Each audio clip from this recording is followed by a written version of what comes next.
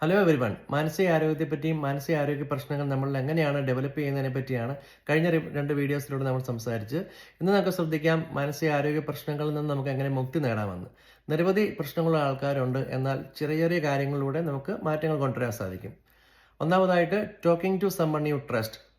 നമ്മുടെ ഫീലിങ്സുകളും നമ്മുടെ പ്രയാസങ്ങളൊക്കെ ട്രസ്റ്റഡ് ആയിട്ടുള്ള ഫ്രണ്ട്സിനോടോ ഫാമിലി മെമ്പേഴ്സിനോടൊക്കെ സംസാരിക്കുന്ന വഴി ഒരു പരിധി വഴി മാനസിക പ്രശ്നങ്ങളിൽ നമുക്ക് മുക്തി നേടാൻ സാധിക്കും. സോ നെക്സ്റ്റ് ലെവലിൽ നമുക്ക് പ്രൊഫഷണൽ സപ്പോർട്ടാണ് ആവശ്യമെങ്കിൽ ഇവരുടെ ഗൈഡ് ലൈൻസിലൂടെ നമുക്ക് മുന്നോട്ട് പോകാനും സാധിക്കും. രണ്ടാമതായിട്ട് maintaining a daily routine. Structure helps the mind feel more stable and organised.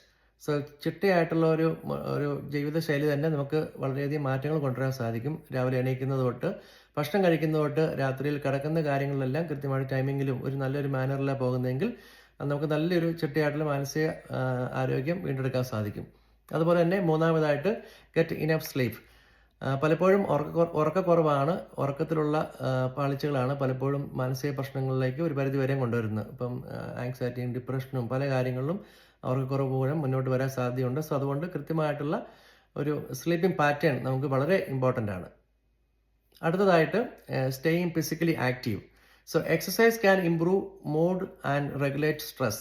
നല്ല ഒരു എക്സസൈസ് ചെയ്യുക, നമ്മൾ ജിമ്മിൽ പോവുക, ശാരീരികമായിട്ടുള്ള ഒരു ചുറുചുറുക്ക് ഉണ്ടാവുക തുടങ്ങിയ കാര്യങ്ങളെല്ലാം നമുക്ക് പോസിറ്റീവായിട്ട് ചിന്തിക്കാനും ശാരീരികമായിട്ട് മെച്ചത്തിനും നല്ലതാണ്. So next one is practice deep breathing or meditation.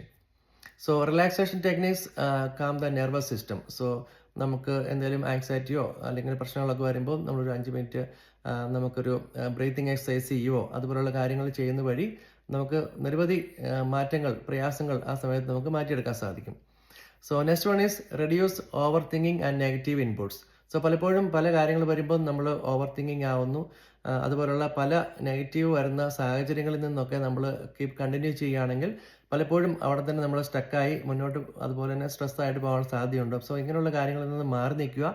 So over തിങ്കിങ്ങിൽ നിന്ന് മാറുക, ഒരു പ്ലസന്റ് ആയിട്ട് അന്തരീക്ഷം നമുക്ക് ഉണ്ടാകാൻ ശ്രദ്ധിക്കുക.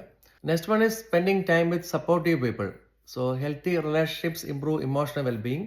സോ സപ്പോർട്ടീവ് ആയിട്ടുള്ള കമ്മ്യൂണിറ്റി ആക്ടിവിറ്റീസിലും കമ്മ്യൂണിറ്റി ഗ്രൂപ്പുകളിലും അതുപോലെ തന്നെ വോളണ്ടറി ഗ്രൂപ്പുകളിലും ക്ലബ്ബുകളിലൊക്കെ ജോയിൻ ചെയ്യുന്ന വഴി നമുക്ക് കൂടുതൽ ടൈമിങ്ങിൽ ഇങ്ങനെയുള്ള കാര്യങ്ങളിൽ ഇൻവോൾവ് ചെയ്യാൻ സാധിക്കും. സോ അതുവഴി നമുക്ക് കൂടുതൽ സപ്പോർട്ടുകളും അതുപോലെ പോസിറ്റീവ് ആയിട്ടുള്ള അന്തരീക്ഷവും നമുക്ക് ലഭിക്കുന്നതാണ്. So next is do activities you enjoy. So നമുക്ക് ഹോബീസ് ചെയ്യുന്നവരുണ്ട്. സോ ഹോബികൾ കണ്ടിന്യൂ ചെയ്യുക. അതുവഴി നമുക്ക് മൈൻഡ് റിഫ്രഷ് ആവുന്നതായിരിക്കും. Listen to music.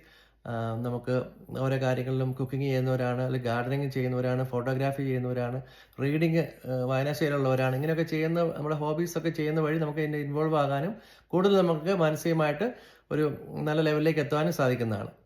So seek professional help when needed. So മാനസികാരോഗ്യ പ്രശ്നങ്ങൾ നമ്മൾ ക്രമാതീതമായിട്ട് വർദ്ധിക്കുകയാണെങ്കിൽ നമുക്ക് കൗൺസിലേഴ്സ് ഉണ്ട്, സൈക്കോളജിസ്റ്റ് ഉണ്ട്, അതുപോലെയുള്ള നമ്മളെ സഹായിക്കാൻ പാകത്തിനുള്ള സോഷ്യൽ വർക്കേഴ്സ് ഉണ്ട്. ഇങ്ങനെയുള്ള കാര്യങ്ങളിൽ ഇൻവോൾവ് ചെയ്യാം. സോ കൂടുതൽ നമ്മൾ താമസിക്കും തോറും കൂടുതൽ പ്രശ്നങ്ങളിലേക്കാണ് നമ്മൾ പോകുന്നത്. സോ റിലീഫ് ആകാൻ വേണ്ടിയുള്ള പ്രൊഫഷണൽ സപ്പോർട്ട് എപ്പോഴും നമുക്ക് ആവശ്യമാണ്.